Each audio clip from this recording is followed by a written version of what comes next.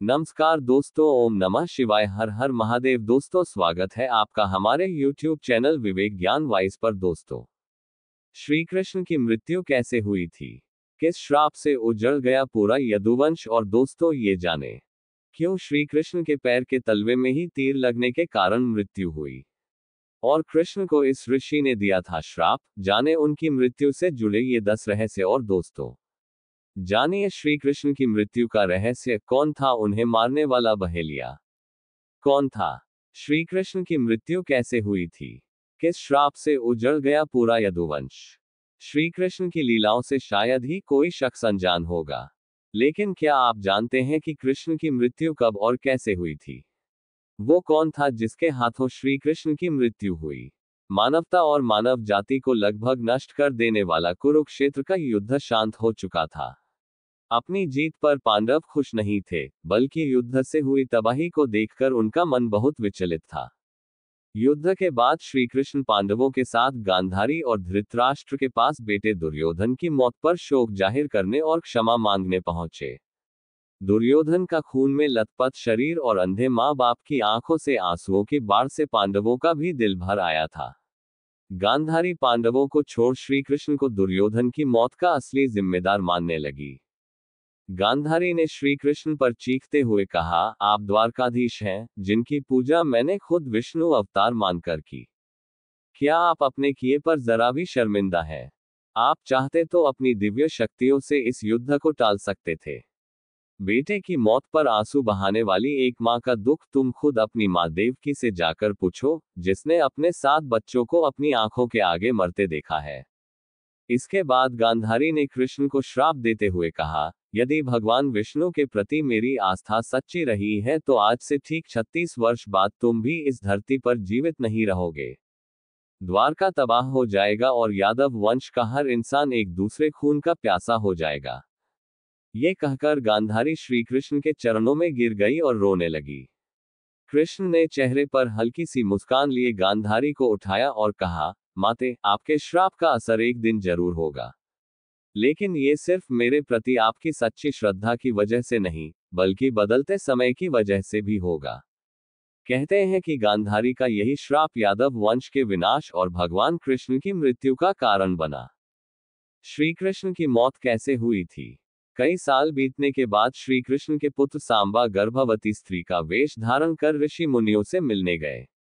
ये देखकर ऋषि भड़क गए और उन्होंने सांबा को श्राप दिया कि तुम एक ऐसे लोहे के तीर को जन्म दोगे जो तुम्हारे कुल साम्राज्य का सर्वनाश कर देगा। इससे सांबा बहुत डर गए और उन्होंने इस पूरी घटना के बारे में उग्रसेन को बताया।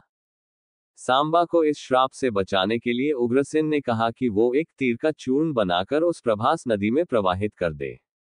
ऐसा करने से वो श्राप मुक्त हो जाएगा।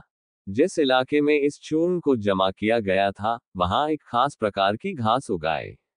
ये देखकर उग्रसेन ने कहा कि यादव राज्य में किसी भी प्रकार के नशीले पदार्थों का उत्पादन और वितरण नहीं किया जाएगा।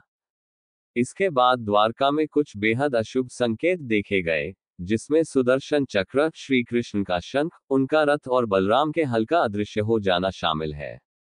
द्वारका में अपराध और पाप बढ़ने लगे थे। ये देख श्री कृष्ण परेशान हुए और उन्होंने अपनी प्रजा से प्रभास नदी के तट पर जाकर पापों का प्रायश्चित करने का आग्रह किया। द्वारकावासी वहां जाकर मदिरा के नशे में चूर एक दूसरे से लड़ने लगे।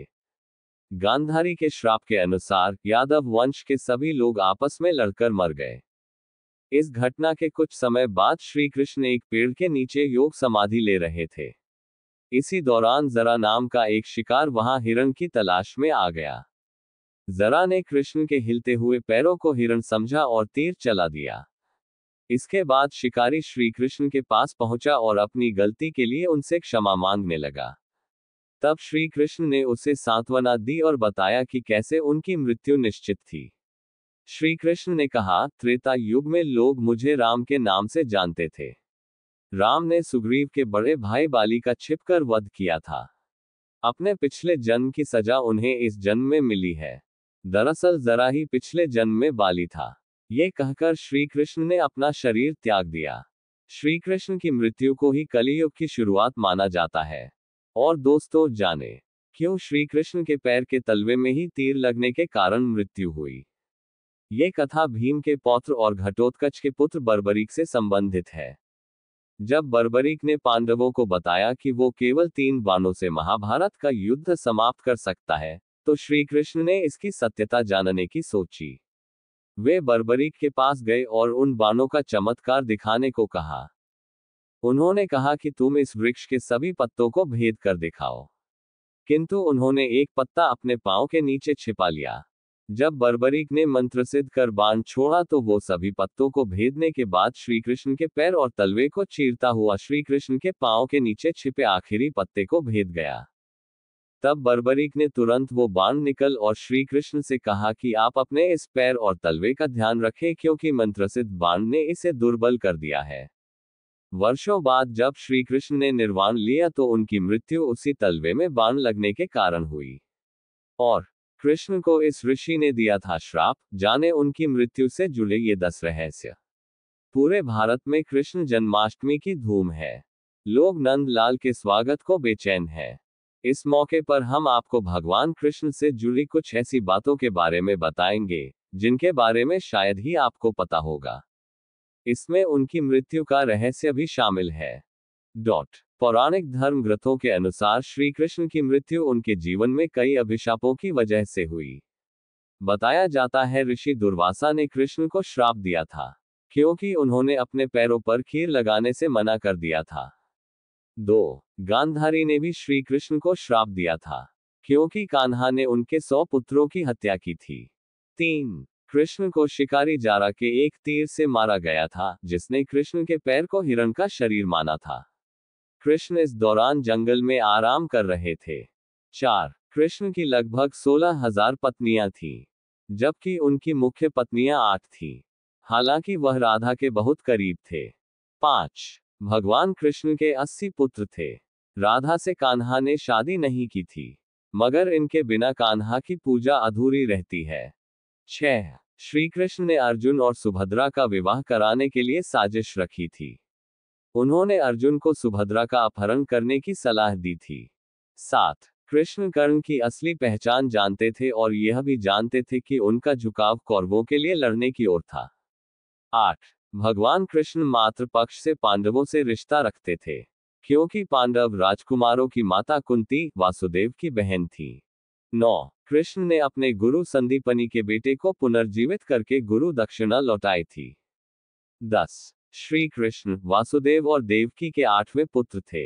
वासुदेव के पहले 6 बच्चों को कृष्ण के मामा कंस ने मार दिया था। और दोस्तों, जानिए श्री कृष्ण की मृत्यु का रहस्य। कौन था उन्हें मारने वाला बहेलिया? महाभारत युद्ध की समाप्ति के बाद जब युधिष्ठिर का राजतिलक हो रहा था, तब कौरवों की माता गांधारी ने महाभारत युद्ध के लिए श्री कृष्ण को दोषी ठहराते हुए श्राप दिया कि जिस प्रकार कौरवों के वंश का नाश हुआ है, ठीक उसी प्रकार यदुवंश का भी नाश होगा। शाप के चलते श्री कृष्ण द्वारिका लौटकर यदुवंशियों को लेकर प्रभास क्षेत्र में आ गए। कुछ दिनों बाद महाभारत युद्ध की चर्चा करते हुए सात्यकी और कृतवर्मा में विवाद हो गया। सात्यकी ने गुस्से में आकर कृतवर्मा का सिर काट दिया। इससे उनमें आपसी युद्ध भड़क उठा और वे समूहों में विभाजित होकर एक दूसरे का संहार करने लगे। नहीं हुआ था यदुवंश का नाश। इस लड़ाई में श्री कृष्ण के पुत्र प्रद्युम्न और मित्र सात्यकी समेत लगभग सभी यदुवंशी मारे गए थे। केवल बब्रू और दारुकी बचे रह गए थे, जिन्होंने बाद में यदुवंश को आगे बढ़ाया। श्री कृष्ण की मृत्यु का रहस्य। द्वारिका को उन्होंने अपना निवास स्थान बनाया और सोमनाथ के पास स्थित प्रभास क्षेत्र में उन्होंने देह छोड़ दी। दरअसल भगवान कृष्ण इसी प्रभाव क्षेत्र में अपने कुल का नाश देखकर बहुत व्यथित हो गए थे। वे तभी से वहीं रहने लगे थे। एक दिन वे एक वृक्ष के नीचे विश्राम कर रहे थे, तभी किसी बहेलिये ने उनको हिरण समझकर तीर मार दिया। ये तीर उनके पैरों में जाकर लगा और तभी उन्होंने देह त्यागने का निर्णय ले लिया। एक दिन वे इसी प्रभाव क्षेत्र के वन में एक पीपल के वृक्ष के नीचे योगनिद्रा में लेटे थे, तभी जरा नामक एक बहेलिये ने भूलवश उन्हें हिरण समझकर विषयुक्त बाण चला दिया, जो उनके पैर के तलवे में जाकर लगा और भगवान श्री कृष्ण ने इसी को बहाना बनाकर देह त्याग दी। लेकिन ये भी उनकी एक लीला ही थी। वानरराज बाली ही था जरा बहेलिया, पौराणिक मान्यताओं अनुसार प्रभु ने त्रेता में राम के रूप में अवतार लेकर बाली को छुपकर तीर मारा था। कृष्णावतार के समय भगवान ने उसी बाली को जरा नामक बहेलिया बनाया और अपने लिए वैसी ही मृत्यु चुनी जैसी उन्होंने त्रेता युग में बाली को दी थी। दोस्तों, अगर वीडियो पसंद आया हो तो वीडियो को लाइक करें और चैनल को सब्सक्राइब जरूर कर ले। धन्यवाद।